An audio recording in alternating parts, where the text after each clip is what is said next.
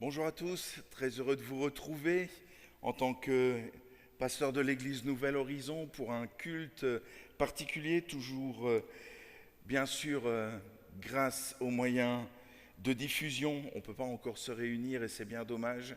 J'aimerais vous dire que vous me manquez et j'aspire à vous voir très prochainement. Avant de commencer le culte, j'aimerais lire avec vous le psaume 100, qui est une invitation à louer l'Éternel, à vraiment le chanter de tout son cœur, à venir dans sa maison pour le louer. Alors, ok, on n'est peut-être pas réunis, on ne sait pas former la maison, mais là où vous êtes, vous pouvez vraiment louer le Seigneur. Et voilà ce que David nous laisse comme témoignage aussi et comme exhortation à louer Dieu, où il dit « Pousse des cris de joie en l'honneur de l'Éternel, habitant de toute la terre. Servez l'Éternel avec joie, venez avec allégresse en sa présence.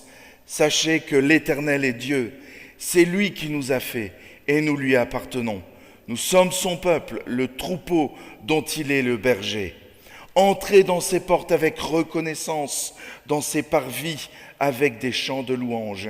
Célébrez-le, bénissez son nom, car l'Éternel est bon, sa bonté dure éternellement et sa fidélité de génération en génération. Alors ce matin, j'aimerais vous inviter à quelque chose en tant qu'Église, là où vous êtes, là où vous vous trouvez, eh bien malgré tout, là où vous vous trouvez, d'être ébloui par notre Sauveur, d'être ébloui par notre Seigneur. Vraiment, je pense que c'est important pendant ce temps de nous arrêter et puis de retrouver cette flamme, ce peps pour notre Seigneur, notre Sauveur, et à nouveau retrouver cet éblouissement. Comme la première fois peut-être lorsque vous avez côtoyé votre future épouse où vous étiez complètement ébloui par sa beauté. Si je peux utiliser cette image, eh bien, je vous invite ce matin à être ébloui par le Seigneur pour le louer et pour l'adorer. J'aimerais prier avec vous avant de laisser la place. Et ce matin, on a un invité spécial. On a Dan Luyten parmi nous. Alors, on a quelques soucis techniques qui seront réglés cette semaine-ci. Mais on a Dan Luyten comme invité, et puis je vais le laisser guider la louange et au travers de ce chant où il dit justement « ébloui ». Eh bien, sois ébloui ce matin par ton Sauveur, par ton Seigneur, parce qu'il en vaut vraiment la peine. Seigneur, ce matin, je veux être ébloui. Je ne veux pas me laisser atteindre par les soucis techniques, par des problèmes, parce que c'est toi qui es au centre du culte, c'est pas la technique, c'est pas tout cela, c'est toi qui es au centre du culte.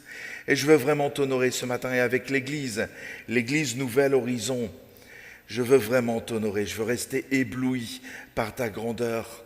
Je veux rester proche de toi, je veux m'approcher de toi. Avec David, je veux vraiment me réjouir, je veux vivre la joie de ta présence, la paix de ta présence avec mes frères et sœurs. C'est là où il se trouve.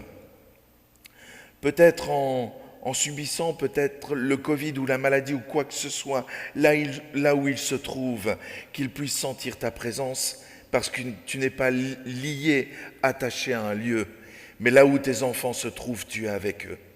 Et vraiment, tu bénis chacun, tu nous rejoins et tu parles à nos cœurs. Amen. Alors je vous laisse pour un temps de louange avec Dan Luyten.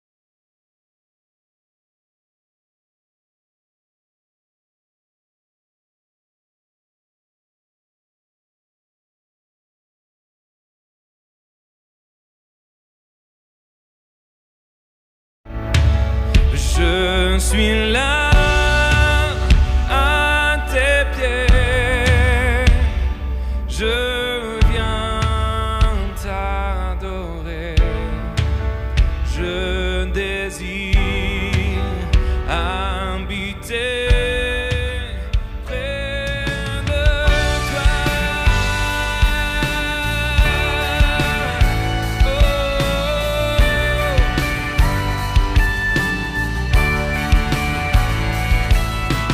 Je vois ton bras, je sens ta main, tu me protèges, tu me soutiens, tu seras toujours là. Ébloui devant toi,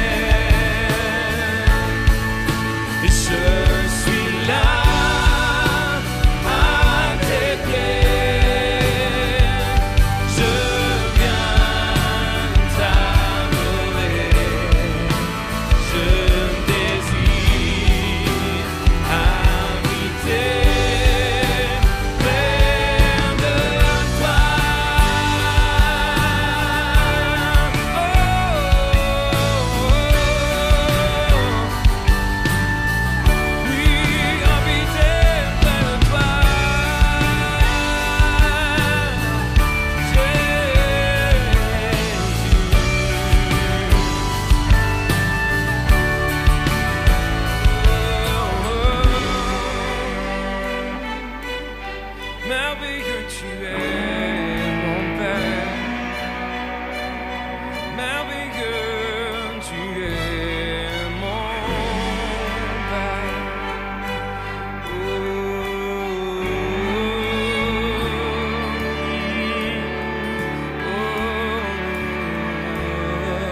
Oui, tu es ma lumière.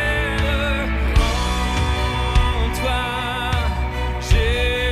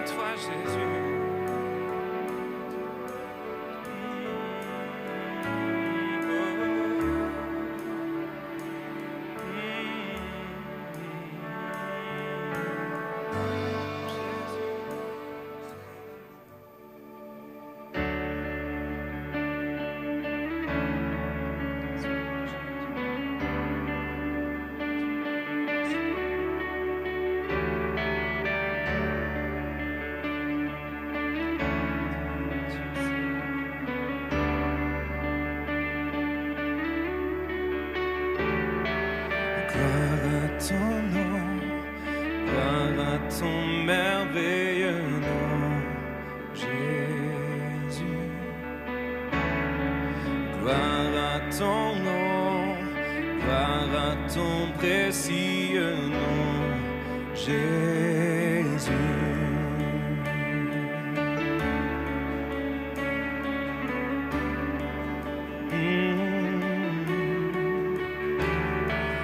Gloire à ton nom, gloire à ton merveilleux nom, Jésus.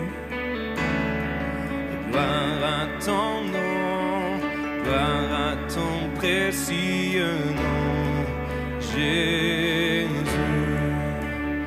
Il me donne force et courage, il me donne amour et paix, il me donne la puissance et autorité.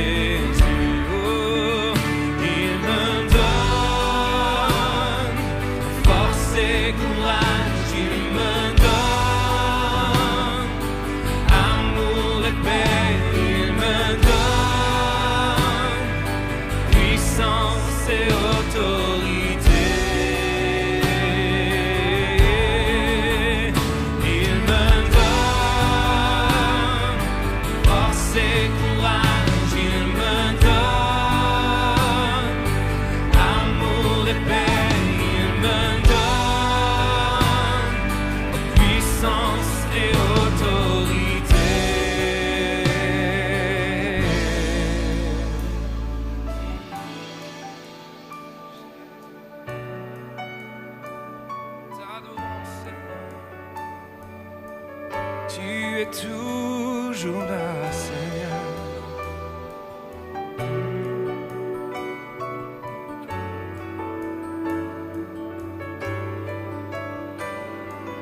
Au cœur de l'épreuve, tu es avec moi. Je m'attache à ton nom. Et en plein désert, tu restes avec moi. Rien n'est plus fort que ton nom. Au cœur de l'épreuve, tu es avec moi. Je m'attache à ton nom. Et en plein désert, rien n'est plus fort que ton nom. Tu me donnes force et courage, tu me donnes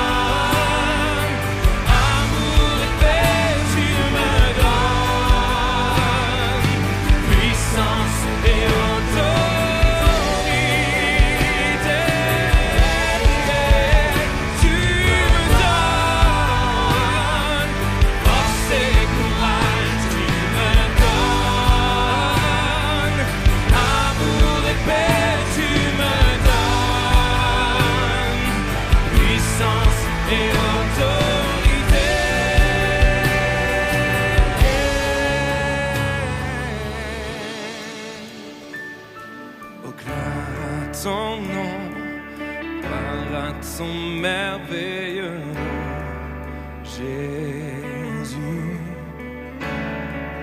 Gloire à ton nom, gloire à ton précieux nom, Jésus. Gloire à ton nom, gloire à ton nom.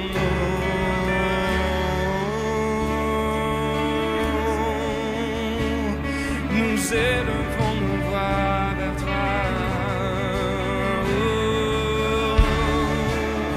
Jésus,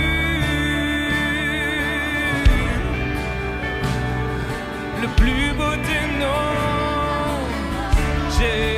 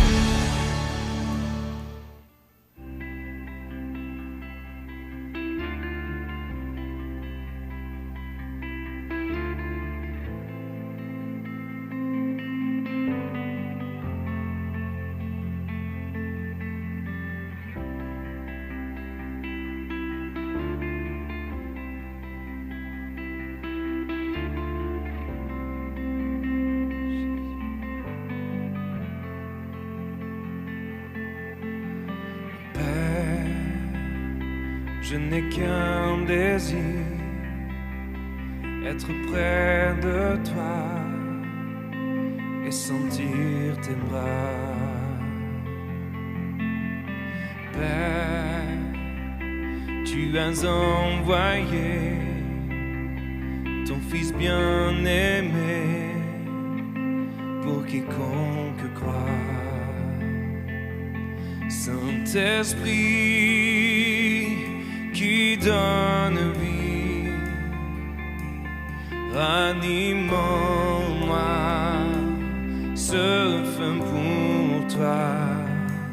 Saint-Esprit, viens par ta pluie, rafraîchis-moi et envoie un souffle nouveau.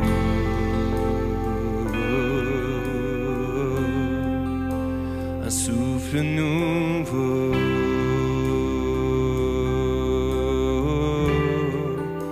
un souffle nouveau,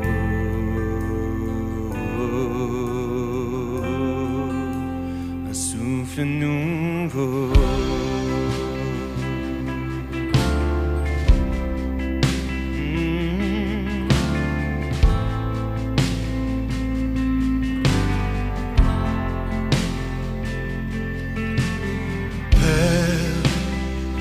Je n'ai qu'un désir, rester près de toi, écouter ta voix. Oh Père, tu m'as tout donné, et c'est à tes pieds que je veux rester. Saint-Esprit qui donne vie, ranime en moi ce feu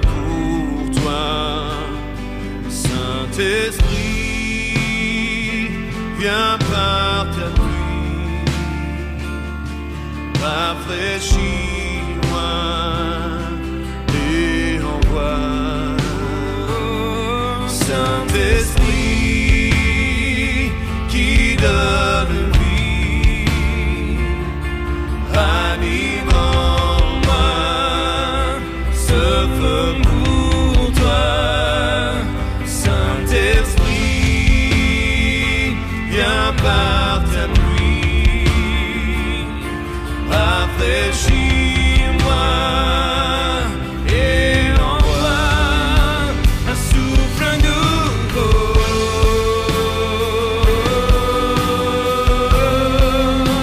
un souffle nouveau,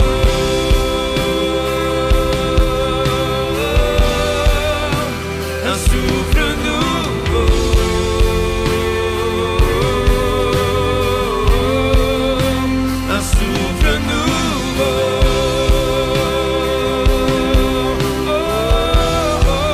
un souffle nouveau, un souffle nouveau, un souffle nouveau,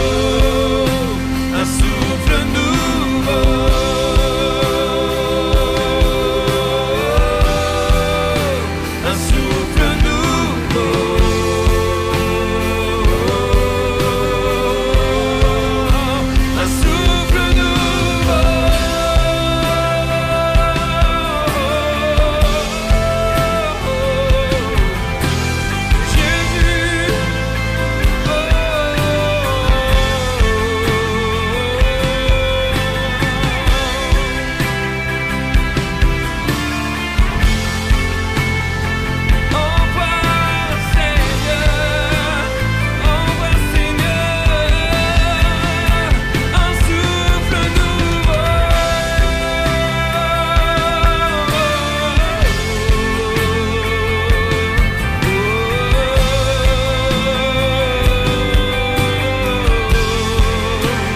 Jésus.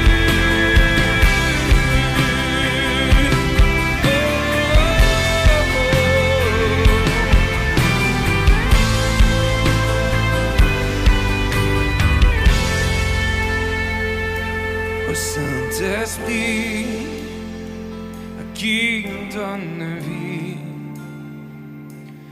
ranime en moi ce feu pour toi. Saint-Esprit, viens par ta pluie, rafraîchis-moi et envoie un souffle nouveau,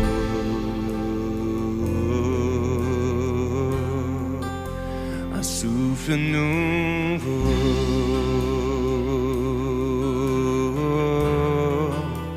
un souffle nouveau,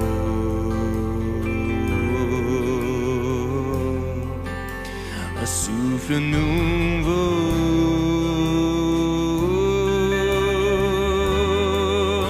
un souffle nouveau, un souffle nouveau,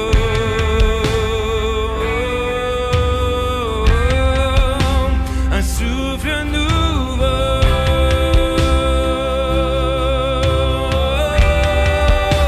un souffle nouveau,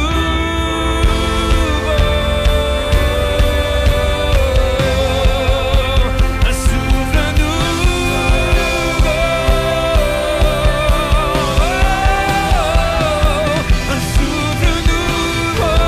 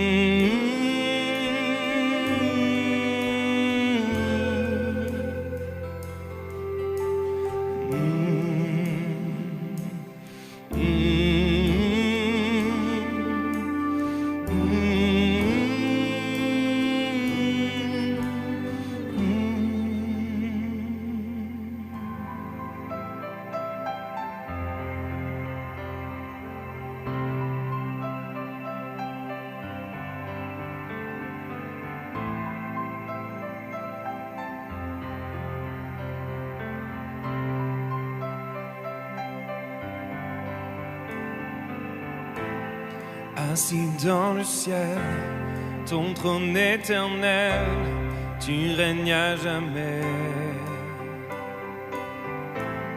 Vêtu de splendeur, entouré d'honneur et de majesté, les anges chantent à toi la gloire.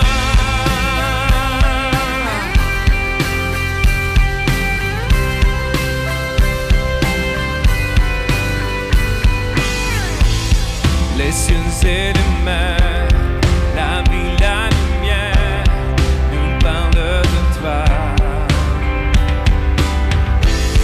Tu les as créés, les as appelés au son de ta voix. La terre chante majestueux, souverain, Dieu tout-puissant, tu es saint. La création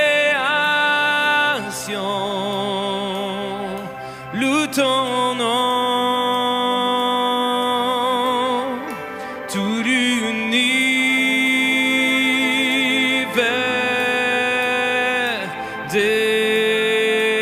déclare à toi la gloire. Oh, oh, oh. Jésus. Oh, oh.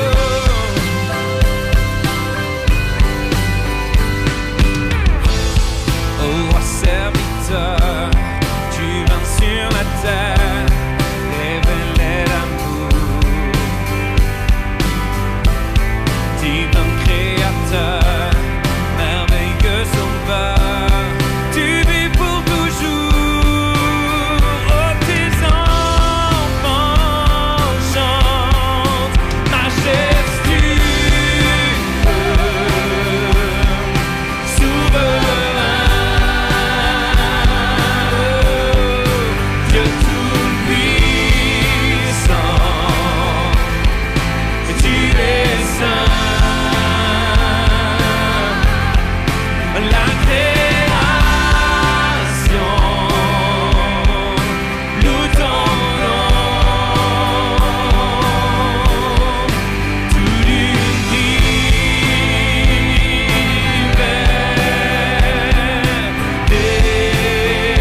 déclare majestueux, souverain, tu es souverain, Dieu tout-puissant, tu es saint. La création loue ton nom, tout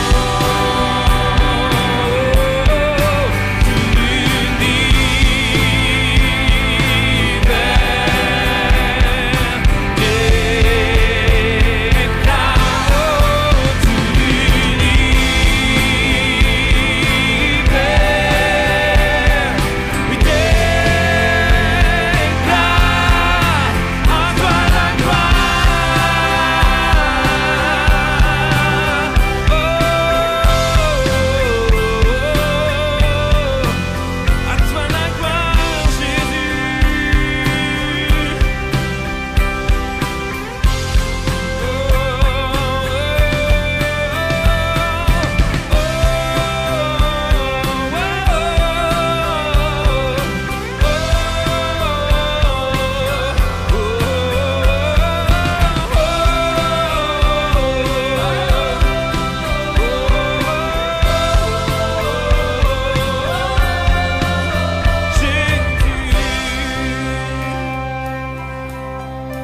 Jésus, merveilleux tu es, oh, merveilleux tu es, oui majestueux, ô souverain, Dieu tout-puissant, tu es saint. À la création, loue ton nom, oui, tout l'univers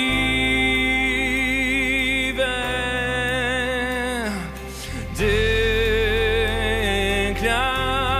en majestueux,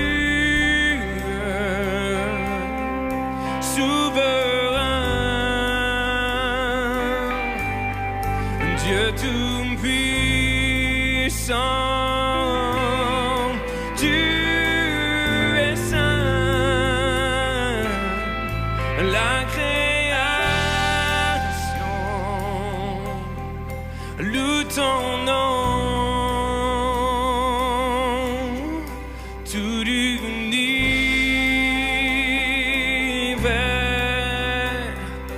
déclare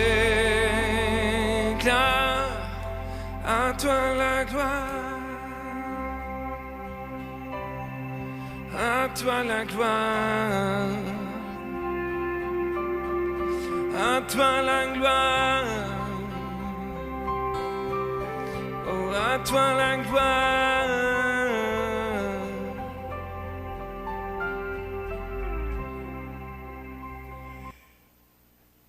C'est Charles Finet qui avait, lors d'un temps particulier avec Dieu, avait vraiment reçu cette révélation que tout l'univers adorait Dieu, que toute la création que Dieu avait faite adorait Dieu. Et il était tellement triste, tellement accablé que nous, les humains qui sommes au sommet de la création, on n'avait pas cet élan de cœur vers notre Seigneur. Et j'aimerais vraiment qu'on puisse prendre juste un temps, quelques secondes, ensemble pour proclamer que notre Seigneur est majestueux. La terre entière, elle le fait. Alors pourquoi nous, là où nous sommes, nous ne le ferions pas? Seigneur, ce matin, nous voulons, et je veux te dire combien tu es majestueux, combien tu es bon, combien tu es lent à la colère et riche en bonté, combien tu es grand, Seigneur, combien tu es magnifique et digne de louange. Et vraiment, je veux prendre ce temps, ces quelques instants, pour dire combien tu es majestueux. Oui, tu es majestueux. Et gloire à ton nom, Seigneur. Gloire à ton nom. Parle à nos cœurs ce matin, au travers de ta parole. Parce que ta parole a le pouvoir de transformer nos vies. Ta parole a le pouvoir de nous amener proches de toi et de comprendre aussi combien le plan que tu as prévu pour chacune de nos vies est glorieux. Alors ce matin, parle à nos cœurs. Amen. Amen. Ce matin, pour introduire la prédication, j'aimerais vous parler d'un corps d'armée qui n'est pas très connu. On n'en parle pas trop, on va parler souvent de la marine, de l'aviation, de l'artillerie, des troupes d'assaut, l'infanterie. Mais il y a un corps d'armée qui est tu et qui pourtant a une grande utilité en 14-18. Un corps d'armée qui trouva son origine dans l'Antiquité et le Moyen-Âge, vu que sur des représentations de l'Antiquité et le Moyen-Âge, on retrouve ce corps d'armée. Ce corps d'armée va donner aussi son expression, on va l'attacher à un autre corps professionnel qui est les pompiers.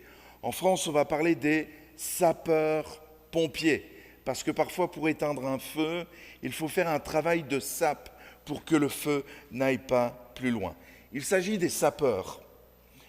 À l'Antiquité et au Moyen-Âge, leur travail consistait à creuser en dessous des remparts pour les affaiblir et les faire s'écrouler. On approchait avec toutes des protections ces hommes, on les protégeait donc grâce aux archers et aux arbalétriers, les archers qui harcelaient les défenseurs de la ville, et ces sapeurs qui étaient contre la muraille, insidieusement creusaient sous la muraille pour l'affaiblir jusqu'à son écroulement. Dans son livre de techniques de guerre, Vauban reprendra ces techniques pour faire le siège d'une ville, afin de limiter le nombre de morts chez les assiégeants. Il va mettre au point toutes des techniques de sape pour minimiser, pour qu'il y ait le moins de morts possible dans l'armée française. Son souci, c'était cela, qu'il y ait le moins possible de morts dans l'armée française, donc il va mettre au point ces stratégies de sape. Mais peut-être le plus connu fut le travail des sapeurs en 14-18. Lors de la Première Guerre mondiale, l'objectif était de creuser sous les tranchées ennemies. C'était une guerre de position avec le no man's land entre les tranchées de première ligne.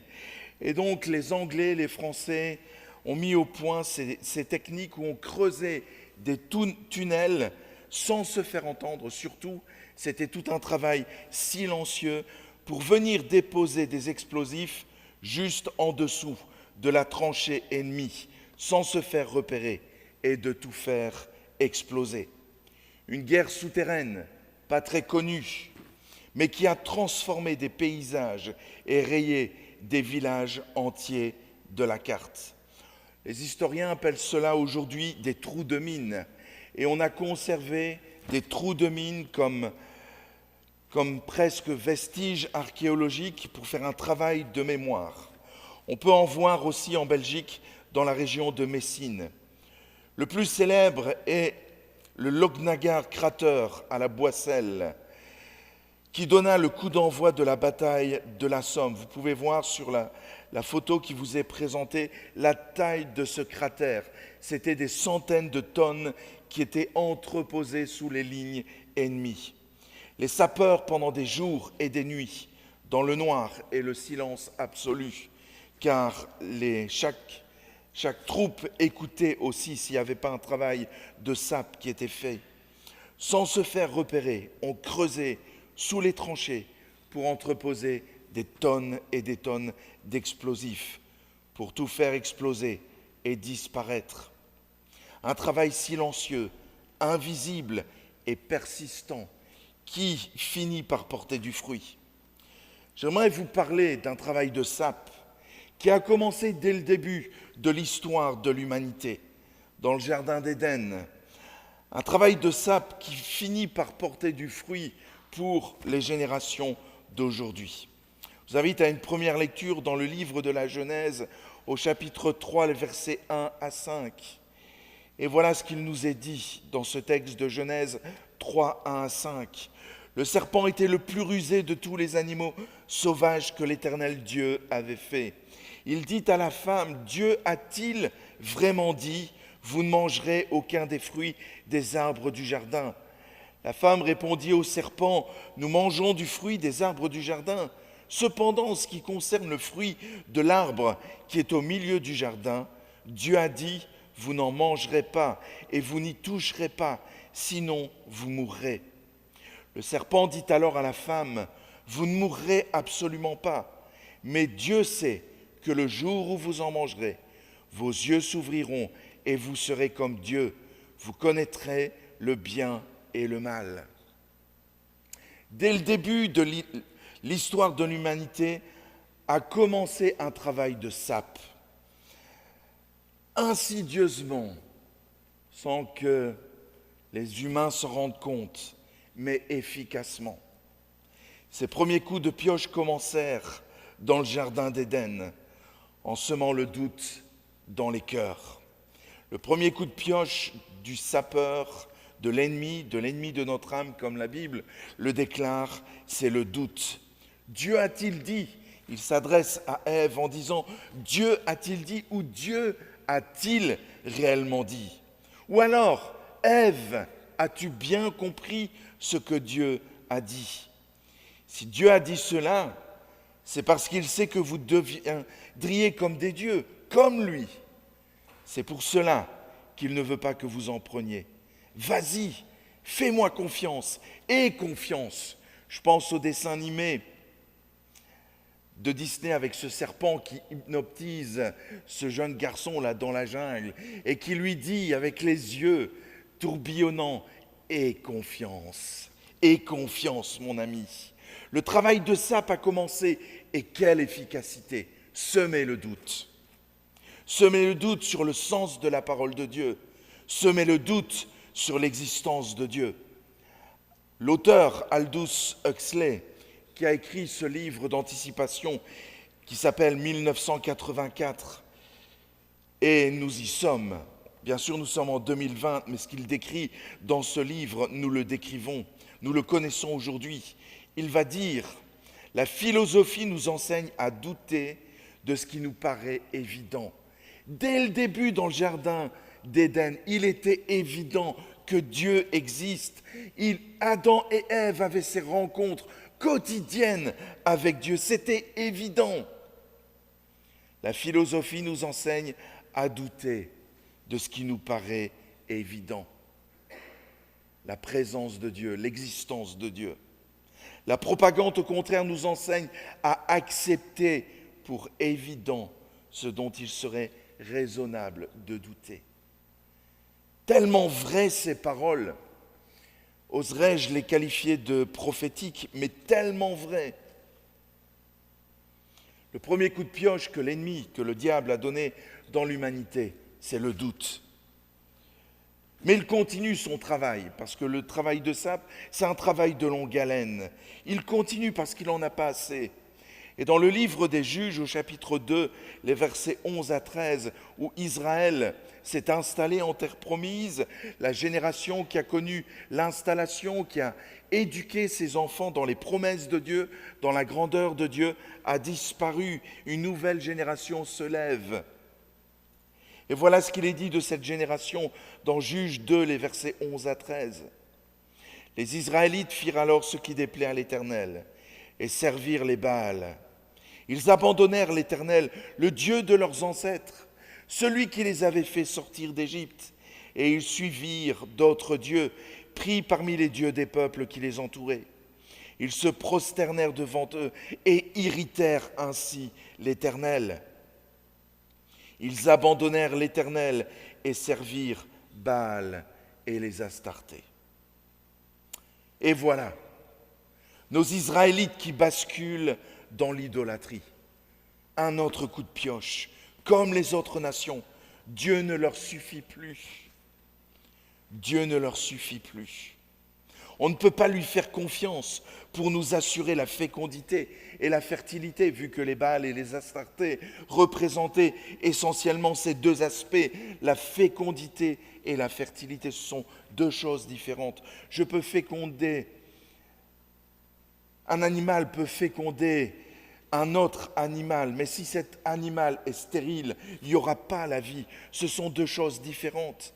Et les Baals et les Astartés étaient censés assurer la fécondité et la fertilité. Ils ont oublié tous les mises en garde de Dieu au travers de Moïse, lorsqu'il leur dira « Deux chemins se trouvent devant vous, la vie ou la mort, choisissez ». On ne peut pas compter sur lui pour nous assurer la force et la protection. Autre travail de sape, ne pas faire confiance à Dieu. Finalement, dans la forme d'idolâtrie d'Israël, il y a aussi la perte de l'exclusivité. Le peuple continue parfois d'adorer Dieu, mais à côté, il sert d'autres divinités.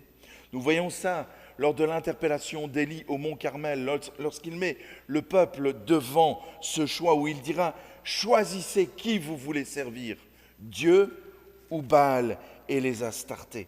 Choisissez qui vous voulez servir. » Cette expression démontre que le peuple était attaché à Dieu, mais aussi au Baal et aux Astartés. L'idolâtrie, perte de confiance en Dieu. Deuxième coup de pioche. Un autre travail de sape, c'est le mensonge. Tronquer, déformer la vérité. Et là, il s'en est, mes amis, donné à cœur joie. Ne l'appelle-t-on pas le père du mensonge? Très tôt, on voit que les apôtres ont dû rectifier, cadrer l'enseignement sur la personne de Jésus parce que des fausses doctrines, des déviations se mettaient en place. Tout au fil de l'histoire de l'Église, il y a eu à foison des sectes, des déviations doctrinales, des enseignements qui rassuraient les gens, les individus. mais qui étaient des mensonges. Quelques exemples. Dieu est tellement amour que personne n'ira en enfer. C'est ce qu'on appelle l'universalisme. Dieu aime tellement les hommes qu'aucun n'ira en enfer. Alors à quoi bon le sacrifice de Jésus si aucun n'ira en enfer? Mieux que ça, l'enfer n'existe pas. L'enfer n'existe pas. C'est une invention de la mythologie. L'enfer n'existe pas. Autre mensonge, il est possible d'acheter le salut. Il est possible d'acheter son salut.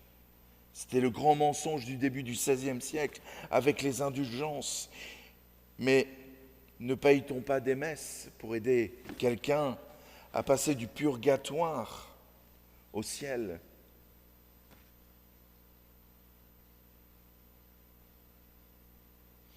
Il est réservé aux hommes de mourir une seule fois, après quoi vient le jugement, dit la parole de Dieu. Des mensonges, autre coup de pioche. Et puis il va encore donner des coups de pioche, insidieusement sans qu'on le remarque, silencieusement, sans bruit.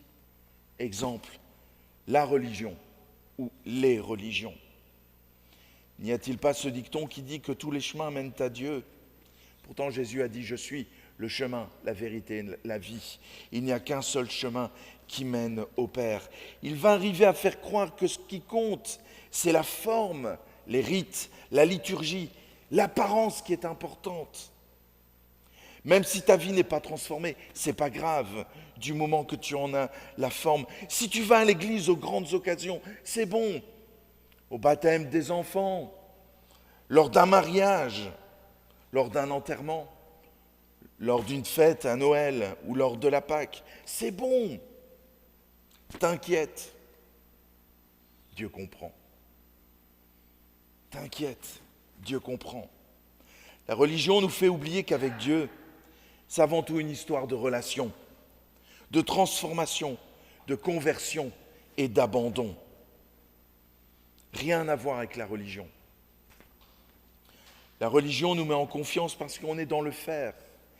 Ici, notre relation avec Dieu nous amène à une transformation. Et puis, ces derniers temps, il va aussi utiliser un autre coup de pioche. Et je pense que de ces temps-ci, c'est quand même son favori. Je l'appelle l'éducation nationale. Voilà, il a entre ses mains l'esprit de tous ces jeunes enfants qui ne vont pas remettre en question le professeur. C'est lui qui a le savoir. Monsieur dit la vérité, madame ne peut pas se tromper. Alors allons-y. Dieu, mais mes enfants, mais c'est un mythe. C'est un besoin que les hommes ont pour se rassurer sur l'au-delà, sur qu'est-ce qu'il y a après la mort.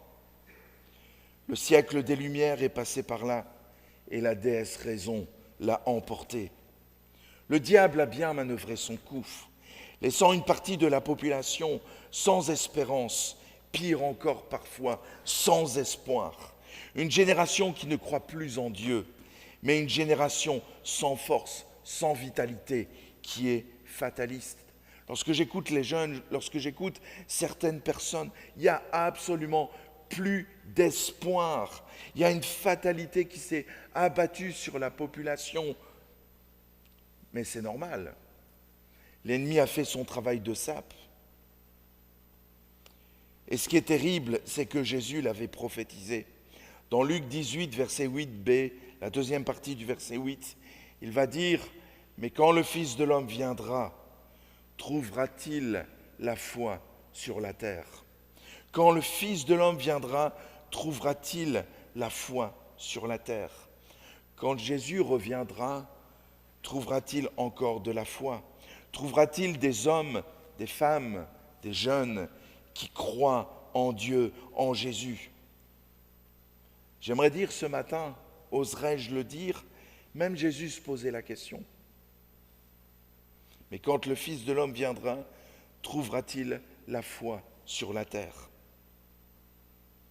L'ennemi, depuis des millénaires, a fait son travail de sape dans l'humanité. trouvera-t-il encore de la foi sur la terre? Ce matin, j'aimerais vous lancer un défi. Et mon défi, c'est oser croire en Dieu. Osez croire en Dieu, mes amis. J'aimerais te dire ce matin que vous êtes des personnes pleines de foi. Dieu nous a créés et nous sommes des personnes pleines de foi, pleines de confiance. La majorité d'entre nous faisons une confiance aveugle à notre médecin. Ce qu'il nous prescrit, c'est bon pour nous. Et aucun de nous remet en question l'ordonnance médicale. Le médecin sait ce qu'il fait, alors je vais prendre ce qu'il me donne. Je fais confiance aux pilules qu'il m'a prescrites. Les boubounes, comme je dis. Je ne vais même pas lire les effets indésirables. Oui, monsieur, je prends ce que le médecin me donne. Et puis, quand vous montez dans votre voiture, personne d'entre nous, en mettant la clé de contact en démarrant, se pose la question sur « est-ce que mes freins fonctionnent aujourd'hui ?» Vous allez monter dans votre véhicule et puis tout mécaniquement, machinalement, avec la foi que vous avez dans votre véhicule, vous allez appuyer sur vos freins et vos freins vont actionner. Si vous commencez à penser, est-ce que mes freins fonctionnent correctement? Est-ce que lorsque je vais en avoir besoin, ma voiture va s'arrêter? Mes amis, roulez pas, hein. Ne roulez pas, vous êtes un véritable danger. Mais c'est la preuve que nous sommes des personnes où il y a la foi en nous. Et puis la banque. Tout est électronique, tout est informatique maintenant. Tout va très bien. J'ai introduit ma carte et je suis sûr que s'il y a de l'argent sur mon compte, je vais avoir de l'argent. La machine magique va me donner les billets. Comme nous sommes des êtres qui avons de la foi et de la confiance. Et ce matin, j'aimerais vraiment vous inviter à cette foi que Dieu a mis en nous, à la mettre au profit de Dieu. Et si on se mettait réellement à croire en Dieu, osez croire en Dieu ce matin. Et j'aimerais vous dire que tu ne seras pas déçu si tu oses croire réellement en Dieu. Ose croire en sa parole, car elle est la vérité, et tu ne seras pas déçu.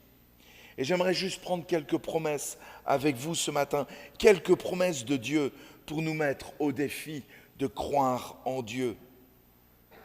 J'en ai pris que quelques-unes, j'en ai pris que 4. J'aurais pu en prendre tellement plus. Il y a tellement de promesses, tellement d'engagements, parce qu'une promesse de Dieu, c'est un engagement ferme et irrévocable de la part de Dieu. J'en ai pris juste 4 ce matin. Dans le psaume 37, versets 3 à 5, un texte que nous connaissons bien. Voilà ce que le psalmiste écrira. Psaume 37, versets 3 à 5. « Confie-toi en l'Éternel et fais le bien. Et le pays pour demeure, et que la fidélité soit ta nourriture. Fais de l'Éternel tes délices, et il te donnera ce que ton cœur désire.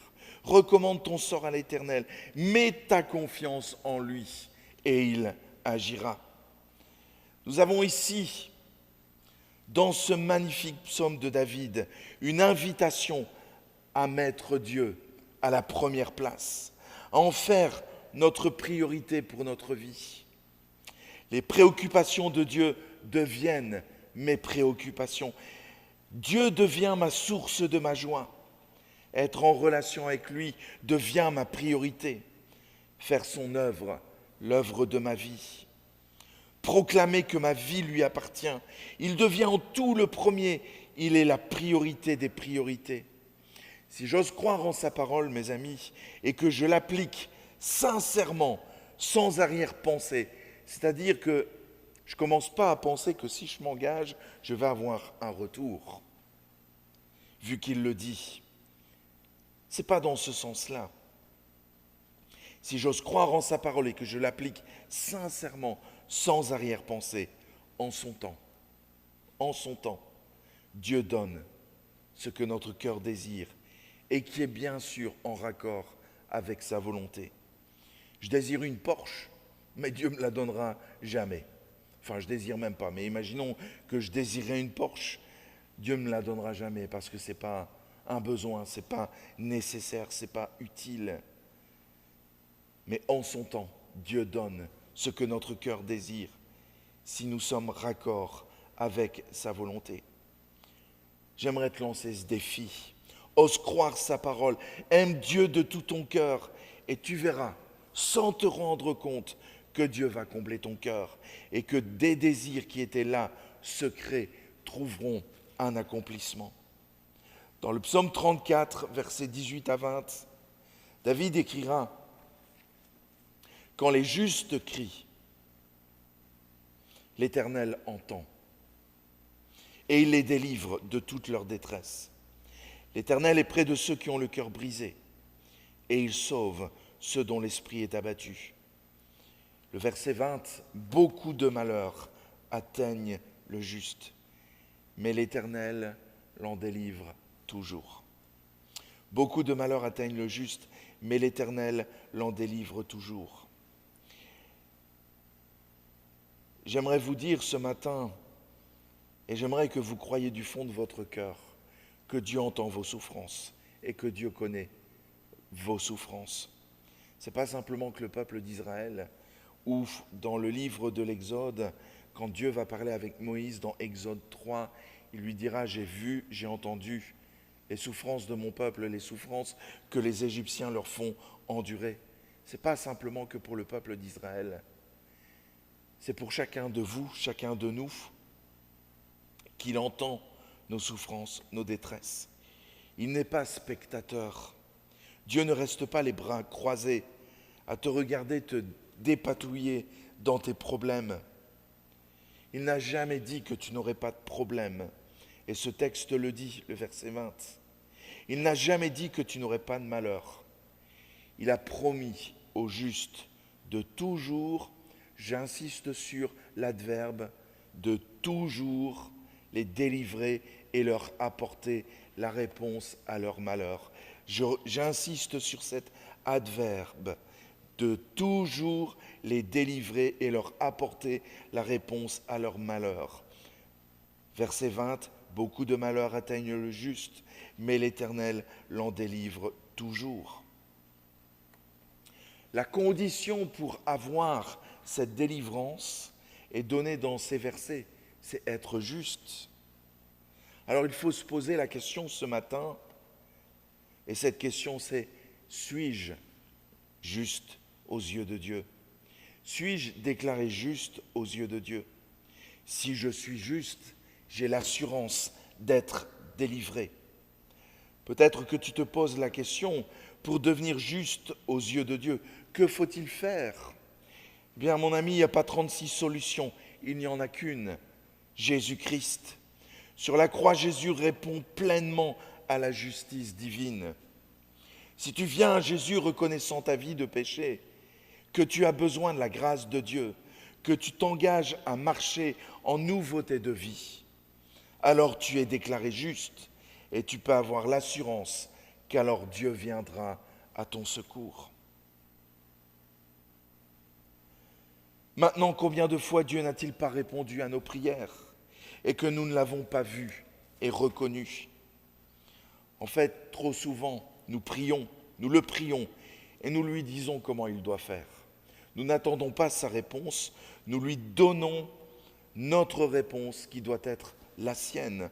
En fait, on lui dit ce qu'il doit faire. Apprenons à reconnaître la délivrance de Dieu. Je vais peut-être dire une phrase qui va peut-être vous choquer, mais pour les chrétiens du monde entier, ça ne doit pas être un problème. Et si la mort était aussi une délivrance de Dieu? Et si la mort était une délivrance de la part de Dieu dans certaines situations? Je rappelle que la mort n'est pas un point final, ce n'est qu'une transition. Nous ne sommes pas des êtres finis, délimités par la mort, par notre mort. La vie éternelle. Jésus est venu pour que nous ayons la vie éternelle et la vie en abondance. Et notre mort n'est qu'une transition pour continuer notre vie dans la présence de Dieu. Beaucoup de malheurs atteignent le juste et dans ces temps difficiles, compliqués, avec cette crise du Covid, cette pandémie, le malheur a atteint beaucoup de justes. Certains ont été frappés, endeuillés. D'autres se sont retrouvés dans les hôpitaux, aux soins intensifs. Et Dieu les a relevés. Mais j'aimerais nous rappeler ces paroles de David, inspirées par Dieu.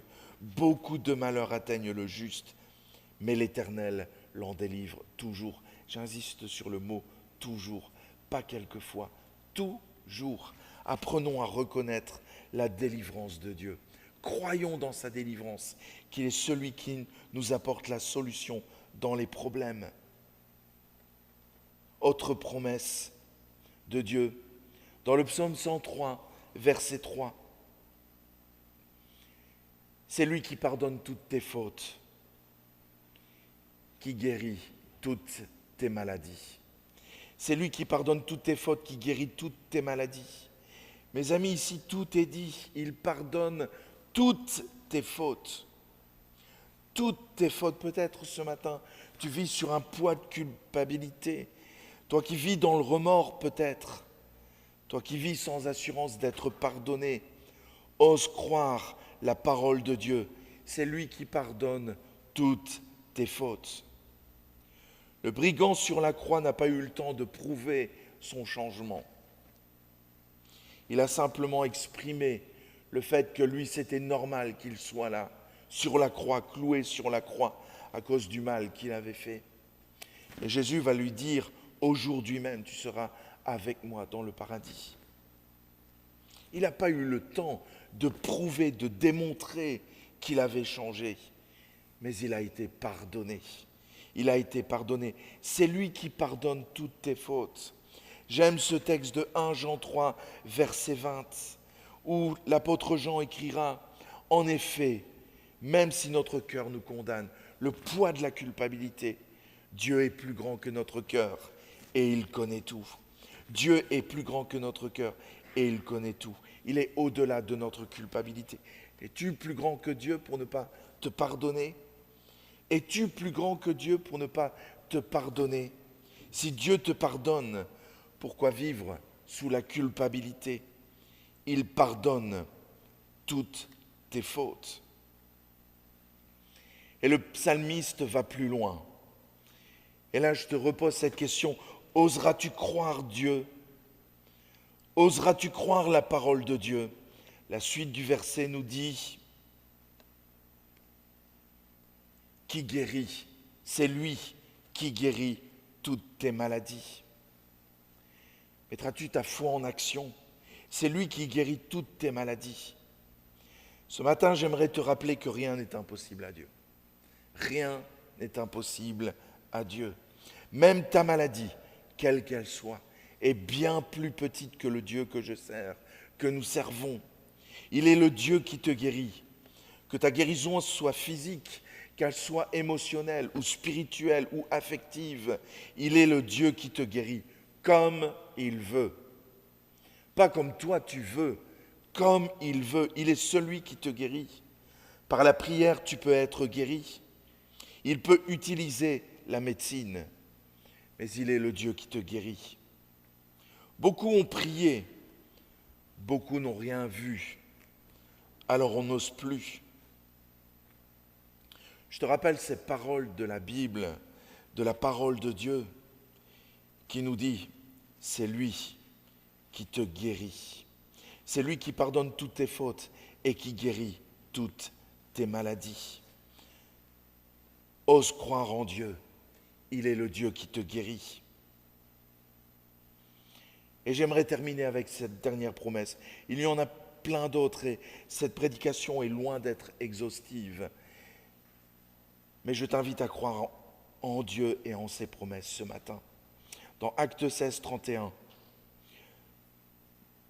réaction du geôlier suite à un tremblement de terre où Paul et Silas étaient emprisonnés et où ils sont libérés, où tous les prisonniers sont libérés suite au tremblement de terre.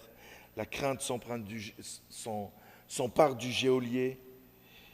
Et puis Paul va le rassurer en disant « Ne te fais pas de mal, car nous sommes tous là. » Et Paul et Silas vont répondre à la question du geôlier « Crois au Seigneur Jésus-Christ, et tu seras sauvé, toi et ta famille. Crois au Seigneur Jésus-Christ et tu seras sauvé, toi et ta famille. Quelle merveilleuse promesse! Et certains diront, oula pasteur, pas si vite. Pas si vite. Ce n'est pas une promesse universelle, c'est une promesse qui est faite, qui est circonstancielle, c'est une promesse qui est faite à un homme. Elle est pour le geôlier, elle ne s'adresse pas à tout le monde, elle ne s'adresse pas à ma famille, elle ne s'adresse pas à nous les chrétiens aujourd'hui. Et pourtant, pendant des siècles, des milliers de chrétiens ont construit leur vie de prière pour leurs enfants, pour leurs parents, pour leurs frères, leurs sœurs, leurs oncles, leurs tantes. Ils ont basé leur vie de prière sur ce verset pour leur salut de leur famille et de leurs proches. Le salut d'un autre ne t'appartient pas. Tu es responsable de ton propre salut. Mais si tu crois aux promesses de Dieu, que vas-tu faire pour le salut de ta famille? Et j'aimerais vous encourager ce matin, vous parents, qui pleurez et priez peut-être depuis tant d'années, sans avoir vu le moindre changement, sans avoir vu le moindre iota de changement dans la vie de votre enfant. J'aimerais te rappeler ce que la Bible dit et déclare. Crois au Seigneur Jésus et tu seras sauvé, toi et ta famille. Ose croire en Dieu ce matin et pour la suite. Ose croire en Dieu ce matin et pour la suite de ta vie. Qu'as-tu à perdre? Regarde peut-être où tu en es. Quel risque prends-tu à oser croire en Dieu? J'aimerais te dire ce matin que tu n'as aucun risque en osant placer ta foi en Dieu. Aucun. C'est certainement la meilleure décision que tu peux prendre aujourd'hui. Croire en Dieu pour ton salut, croire en Dieu pour la libération de ta culpabilité, croire en Dieu pour le salut de ta famille, croire en Dieu pour ta guérison, croire en Dieu comme source de solution pour tes problèmes. Oser croire en Dieu. Mets de côté tes doutes. N'oublie pas que l'ennemi a fait un travail de sape depuis des millénaires et il y est arrivé. Mets de côté tes doutes. Mets de côté ton éducation peut-être que tu as reçue, ton éducation scolaire. On n'est pas lobotomisé en tant que chrétien. On n'est pas des êtres qui n'ont pas d'intelligence, des êtres qui raisonnent, mais conscients aussi que l'éducation a laissé des traces sur notre foi. Mets de côté peut-être ton éducation et ose croire en Dieu. Ose lui faire confiance pour ton avenir. Ose lui faire confiance pour tes enfants. Ose lui faire confiance dans ta maladie. Ose lui faire confiance dans tes souffrances. J'aimerais te dire que ce matin, tu n'as rien à perdre, mais tu as tout à gagner. Tu as placé peut-être ta confiance entre les mains des hommes. La Bible dit « Malheur à l'homme qui se confie en l'homme ». Tu as peut-être tout confié, ta vie entre les mains des hommes. Tu fais confiance aveuglément aux hommes de science, aux hommes financiers, même peut-être à ton conjoint. Quel risque as-tu de placer ta confiance en Dieu? Tu as tout à gagner. Tu as tout à gagner ce matin et j'aimerais vraiment t'inviter à cela. Par rapport à ton salut, de nombreux maux atteignent le juste, mais de tous, l'Éternel en délivre. Peut-être ce matin pour toi, c'est l'opportunité de faire la paix avec Dieu, de te tourner enfin vers lui et de dire « Seigneur, je capitule, je te donne ma vie, je fais la paix avec toi. Une fois pour toutes, change ma vie, Seigneur. Je ne veux pas être un religieux, je ne veux pas venir au culte, chauffer une chaise, avoir la forme d'être un chrétien, jouer aux chrétiens, porter des masques, mais transforme ma vie. Parce que malgré la religion, je ne suis pas transformé. Transforme ma vie. Et je veux croire en ta parole. Je veux croire en toi. Je vous invite à prier ensemble.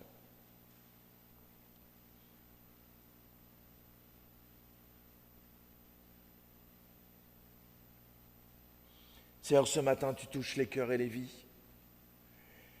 Que ta parole puisse nous interpeller sur le fait de placer notre confiance en toi. Il y a des victimes collatérales, parfois lors d'incidents, lors d'accidents, lors d'attentats. Il y a les victimes collatérales des personnes qui n'auraient pas dû subir et pourtant elles ont été impactées. Et Seigneur, notre foi a été une victime collatérale de tout ce travail de sape qui a été fait. Et finalement, nous ne croyons plus, nous ne plaçons plus notre confiance en toi, nous la plaçons dans les hommes. Et ce matin, Saint-Esprit, tu parles à nos cœurs. Tu nous enseignes, que ta parole nous touche et qu'elle nous amène à placer pleinement notre confiance en toi pour notre avenir. Parce que tu vis, je n'ai rien à craindre, mes lendemains sont assurés. Et je veux placer ma confiance en toi. Pour ma vie, mais pour ma famille, pour mon épouse, pour mes enfants, pour l'Église, pour chaque être humain. Je place ma confiance en toi parce que tu changes le mal en bien. Et je te prie, Seigneur, parfois de cette foi qui ressemble à un grain de moutarde à pas grand-chose, que ce matin, par ta parole, elle puisse prendre vie, s'enraciner et se développer. Pour des sujets pratiques, Seigneur, aide-nous à te faire confiance et à croire que tu vas apporter la solution, parce que tu es le Dieu des solutions. Et tu fais toutes choses à merveille en son temps. Merci, Seigneur, parce que tu ne te trompes jamais. Tout ce que tu fais est bien, tout ce que tu fais est bon et même très bon. Alors je veux croire en toi, Seigneur, m'appuyer sur toi et compter sur toi.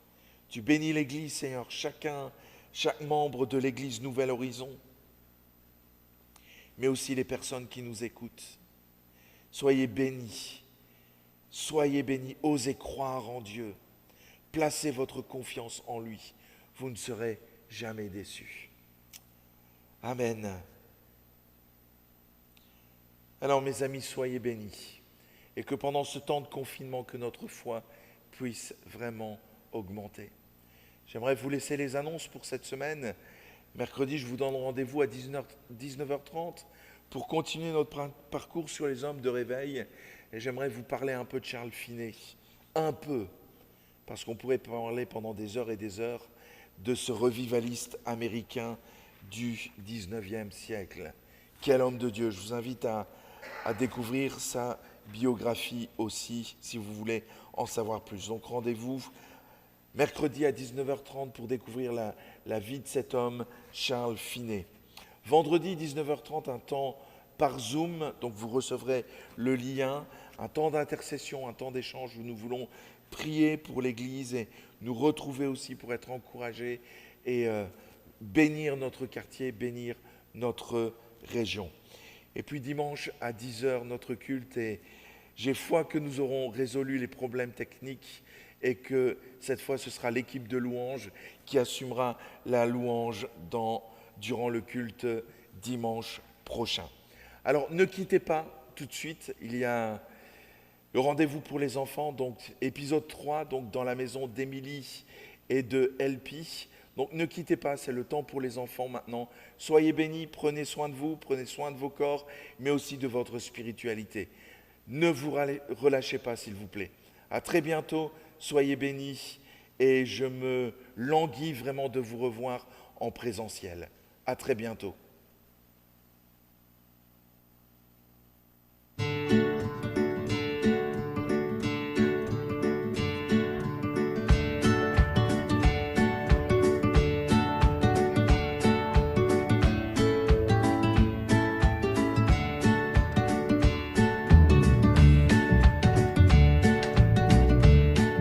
L'histoire racontée par Émilie la semaine passée m'a beaucoup travaillé. Ah, moi aussi. J'ai réfléchi toute la semaine pour savoir comment aider mon prochain. Je me souviens du joli verset de Mélia. La Bible dit qu'on doit aimer son prochain comme soi-même. Verset compliqué et pas facile à pratiquer. Moi aussi, Célia, comme toi, j'ai réfléchi toute la semaine à comment aimer mon prochain comme moi-même. Surtout en cette période particulière comme Noël. Oh oui, quelle est ton idée? Oh oui, Lola, dis-nous. Il faudra encore être un peu patiente. J'en ai parlé avec Émilie et elle a réfléchi à ça de son côté. Mais moi, je suis très curieuse.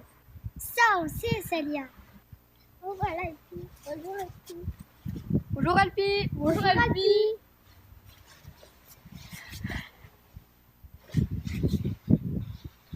Alpi, tu es prête d'aller chez Émilie?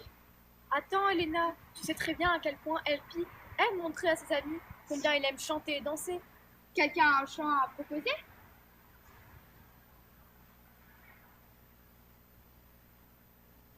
Je crois qu'il veut rechanter Jésus, le rocher de ma vie. Allons retrouver notre ami Cookie. C'est parti! Musique maestro!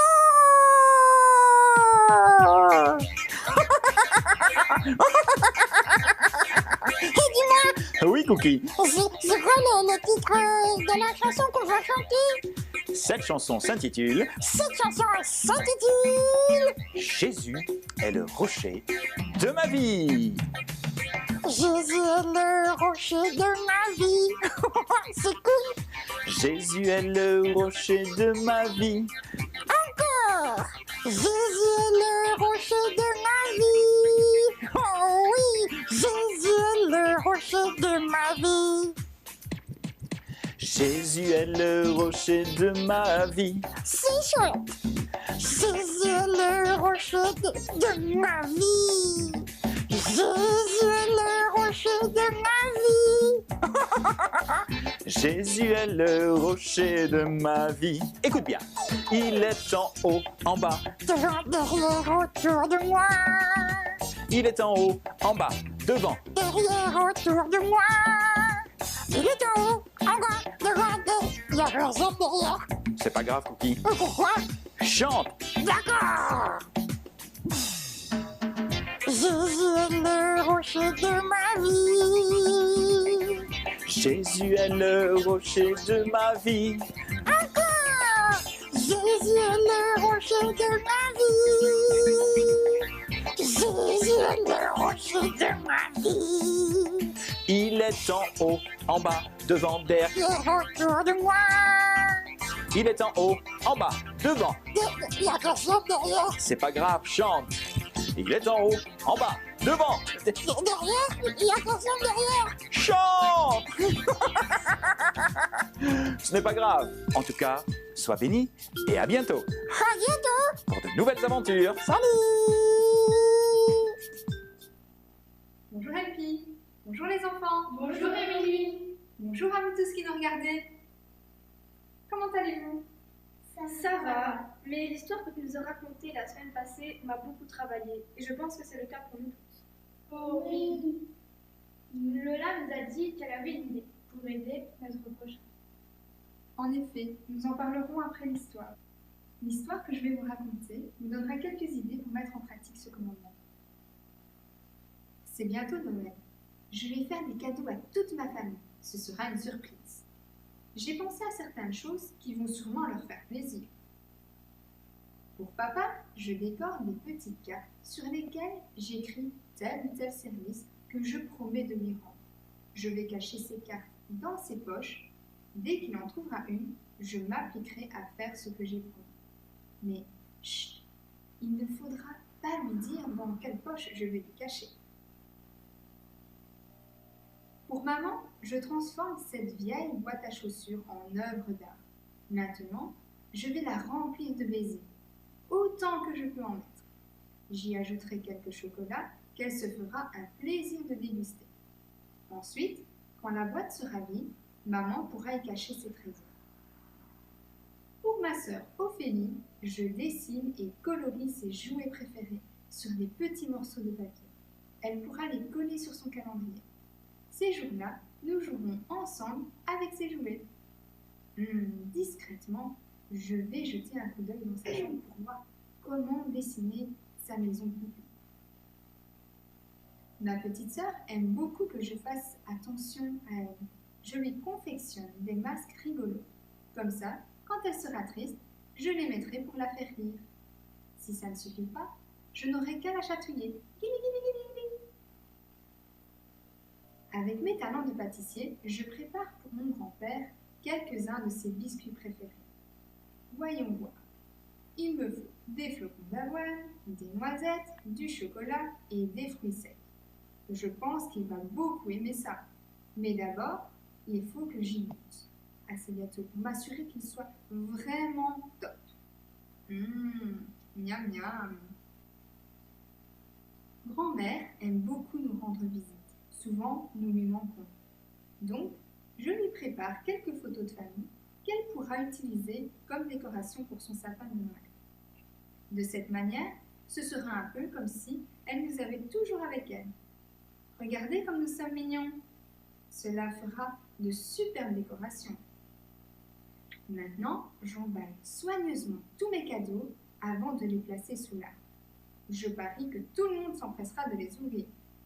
Ah, attendez, j'allais oublier un cadeau très important. Noël, c'est l'anniversaire de Jésus. Je ne voudrais pas manquer de lui faire un cadeau. Mais qu'est-ce qui lui ferait plaisir? Voyons. Oh, je sais ce que je pourrais lui offrir. Ça y est, j'ai trouvé le plus beau cadeau que je puisse faire à Jésus. C'est son anniversaire après tout. J'espère que ça va rentrer dans l'enveloppe. Oh, comme j'ai hâte de l'offrir. Un peu plus tard. Joyeux Noël à tout le monde! Avec impatience, nous ouvrons nos cadeaux. Oh, quelle surprise! Oh, magnifique! Oh, que c'est gentil! Oh, que c'est bon! Ça me fait très plaisir de voir que tout le monde est heureux avec mes cadeaux. Et maintenant, c'est au tour de Jésus. Aujourd'hui, Jésus, pour ton anniversaire, je te donne mon cœur. Puis, ensemble, nous chantons Joyeux anniversaire, joyeux anniversaire, joyeux anniversaire Jésus, joyeux anniversaire. Oui, quelle belle histoire. Est-ce qu'on pourrait faire tout ça? Oui, Malia, quelle belle histoire. Je pense qu'on n'a plus d'excuses pour aider son prochain. Émilie, as-tu pu te renseigner suite à ma proposition? Oui, Lola, et c'est une excellente idée. Quelle est cette excellente idée? Sois patiente, Célia.